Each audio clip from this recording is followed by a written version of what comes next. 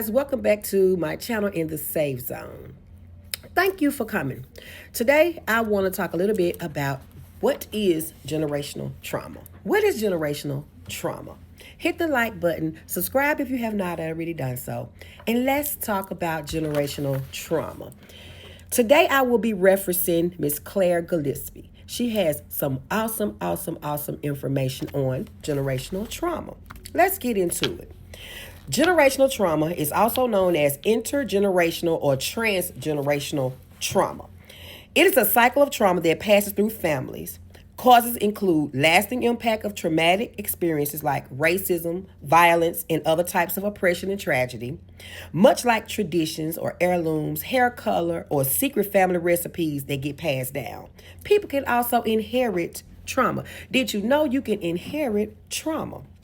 Generational trauma occurs through biological, environmental, psychological, and social means. For example, some evidence suggests that generational trauma can happen in the uterus. For example, a fetus being exposed to chemicals involving in maternal stress that affect future development.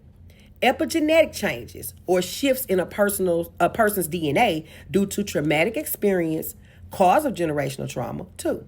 However, more research is needed to fully uncover the impact of generational trauma and how it presents itself. How do we understand generational trauma? Trauma is a response to a devastating event resulting in adverse physical and emotional outcomes. Traumatic events may include abuse, discrimination, natural disasters, racism, and yes, even wars. Generational trauma is trauma that extends from one generation to the next. It begins when a group experiences a traumatic event that causes economic, cultural, and familial distress. In response, people belong to that group develop physical or psychological symptoms.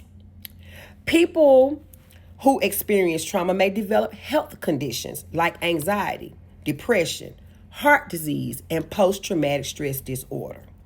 Then, subsequently, generations may inherit trauma and those health conditions through factors like discrimination and prejudice.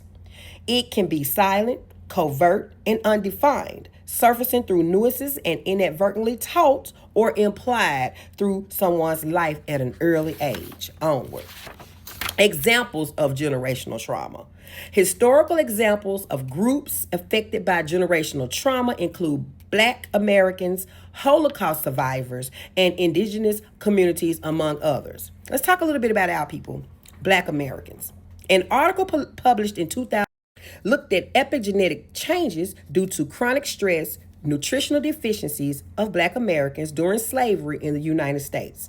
The author found that those changes have led to poor physical and mental health outcomes among Black Americans. Moving to Holocaust survivors. In 1966, Canadian psychiatrist Vivian Rakoff and other colleagues were some of the first to recognize the concept of generational trauma. The research team recorded high rates of psychological distress among children of people who survived the Holocaust. In a survey published in 2017 of 190 adult children of Holocaust survivors, found about 18% reported having generalized anxiety disorder. Among those, nearly 14% reported having depression and 7% reported having PTSD. Some evidence suggests that epigenetic changes may cause generational trauma among families affected by the Holocaust. A study published in 2016 found that Holocaust survivors and their children were more likely to have changes in their gene than others. FKBP5 is a stress gene that links to anxiety, depression, and PTSD. Indigenous communities. Indigenous communities have experienced generational trauma from the loss of culture, land, and population. Trauma persists due to discrimination and prejudice against indigenous communities. In 2019, a study found that 15% of indigenous people reported not seeking healthcare services due to discrimination in medical settings. As a result, some evidence suggests that indigenous communities are likelier to have poor mental and physical health outcomes than others due to generational trauma. Here are some signs and symptoms of generational trauma. Research has found that these signs can include a lack of self-worth, anxiety, depersonalization or feeling detached from yourself and others of your surroundings, depression, emotional numbness, impaired life skills such as critical thinking, decision making, or managing your time, and PTSD symptoms, feeling socially isolated, having negative thoughts, or losing interest in hobbies. Some evidence suggests that generational trauma might affect the immune system. In 2021, a study looked at genes related to immune health among children of the Holocaust survivors. The researchers found that some of those genes were less active than average. As a result, the participants had low innate immunity, which is the immunity you was born with. It may lead to a dysfunctional immune system, one that's either too active or just simply not active enough. And this can result in more autoimmune diseases or a greater propensity for illness. Now, let's talk about what causes generational trauma. What causes generational trauma? Generational trauma begins when a group of collectively experienced if you experience like a horrific event such as abuse, discrimination, natural disasters, racism, and even war. Those events may lead to anxiety, depression, and PTSD among the people directly affected by their effects. Then those people may pass on their trauma to their offspring, and so on and so on and so on. Epigenetic changes. One way that trauma passes down generations is through epigenetic changes. The theory is that trauma changes how your genes work. Then those changes pass down to your children. Trauma affects genetic processes, leading to traumatic reactivity being heightened in populations who experience a great deal of trauma. When we talk about epigenetic changes versus genetic changes, epigenetic changes are different than genetic changes, which alter your DNA. DNA is like a set of instructions for your body. Genetic changes can change what those instructions say. In contrast, epigenetic changes change how your body reads your DNA, known as your gene expression. Epigenetic changes may turn specific genes on or off. People with generational trauma may have a certain gene that are not expressed as usual, which increases their risk for certain illnesses like anxiety and depression. Still, it is hard to pinpoint exactly why certain genes are expressed differently in people who have family members with trauma. Other ways that people inherit trauma from their ancestors is through factors such as discrimination and prejudice. Next, we can go into risk factors.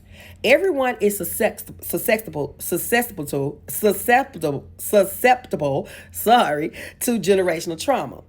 Events that can result in generational trauma include adverse experiences during childhood. We score that in therapy by doing an ACEs score. Discrimination, natural disaster, racism, sexual abuse, and war. There are specific groups of people who are vulnerable due to their histories. Specifically, ethnic and racial minorities have a higher risk of generational trauma than white people. Being systematically exploited, enduring repeated and continual abuse, racism, and poverty are all traumatic enough to cause genetic changes.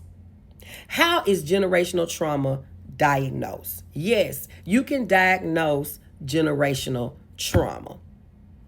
Let's talk about how. There is no specific diagnosis of generational trauma, according to the DSM-5. Still, the phenomenon is well accepted among experts. We know trauma can manifest itself through stress, anxiety, fight or flight, and other heightened alert systems in your brain and your bodies. But intergenerational trauma can also mask itself through learned beliefs, behaviors, and patterns that become ingrained. This kind of wiring impacts personalities, relationships, parenting, communication, and how we view the world as a whole. Although there is no test to diagnose generational trauma, a healthcare provider can use mental health screenings to check for mental illnesses. Questions may cover your appetite, feelings, mood, sleep, and other behaviors. You might fill out a questionnaire or talk to a healthcare provider about your responses. It's important to answer honestly to diagnose your condition accurately. A healthcare provider may refer you to someone who is specializing in mental health, like a psychologist or a psychiatrist or therapist. Even if you show signs of mental illness, a mental health care provider can ask further questions to diagnose mental illnesses like anxiety, depression, and PTSD. Yes, treatments are available for generational trauma. However, no easy answer exists, but healing from trauma, generational trauma, may include accepting the trauma, its effects, and how you may treat it, pinpointing signs and symptoms that may relate to the trauma, and resisting environments that worsen the effects of the trauma. Psychotherapy or talk therapy helps lessen or resolve the effects of generational trauma. Talk therapy enables you to recognize the trauma and how it affects you personally. We can do coping strategies. Based on your experiences, a mental health provider can advise coping strategies. For example, they may recommend breathing exercises, deep breathing, relaxation, meditation, all to alleviate the anxiety symptoms. Talk therapy may involve individual or family therapy. Disparities in access to mental health care exist in many racial and in ethnic minorities affected by generational trauma. As a result, many of these people are even less likely to receive adequate treatment for mental illnesses.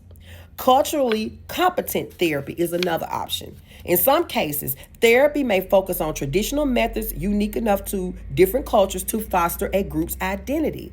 Culturally competent mental health care recognizes and incorporates parts of your beliefs and your values to improve your mental health. A culturally competent mental health provider considers your cultural, linguistic, and your social needs. You can find a cultural competent mental health provider who can work well with people from your cultural group. You can start by researching those with the same cultural and ethnic background. And lastly, how to prevent generational trauma. Education is the best thing. Educating people about generational trauma is an essential tool for ending the cycle.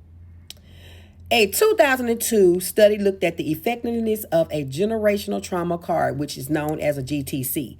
The GTC included illustrations explaining how trauma could transfer from generation to generation and affect a person's health. The participants reported a high level of wanting to learn about generational trauma and likeliness to share what they've learned. The participants noted they would engage in activities to break the cycle of trauma, such as dedicating time to process any trauma, joining a support group, and utilizing the assistance of a mental health professional. Living with generational trauma. Knowing you aren't alone or helpless and knowing that there have been many factors outside of your control might help you process the trauma. When we process things and understand them, we can often find coping mechanisms. We can find coping mechanisms, then we can heal, redefine ourselves, and reclaim part of our lives.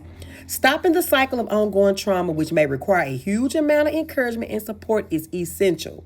Support groups, financial support, housing support, health care, education, nutritional support, community resources, spiritual connections, and individual therapy will all be needed to address for successful cessation of generational trauma.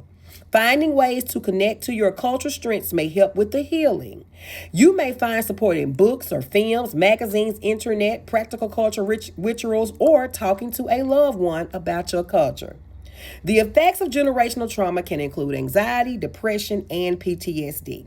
Generations of families that have endured years of abuse, neglect, assault, and other forms of trauma may find it hard to escape this cycle. There are resources available to people who want to heal, like therapy, education, and support from others. Please contact a healthcare provider or mental health specialist such as myself for help experiencing generational trauma. This concludes my awareness and video on generational trauma. Thank you for tuning in. Hit that like button, subscribe, comment down below and let me know what you think about the video or if you have any questions or concerns that I may be able to help you with. Again, until the next video.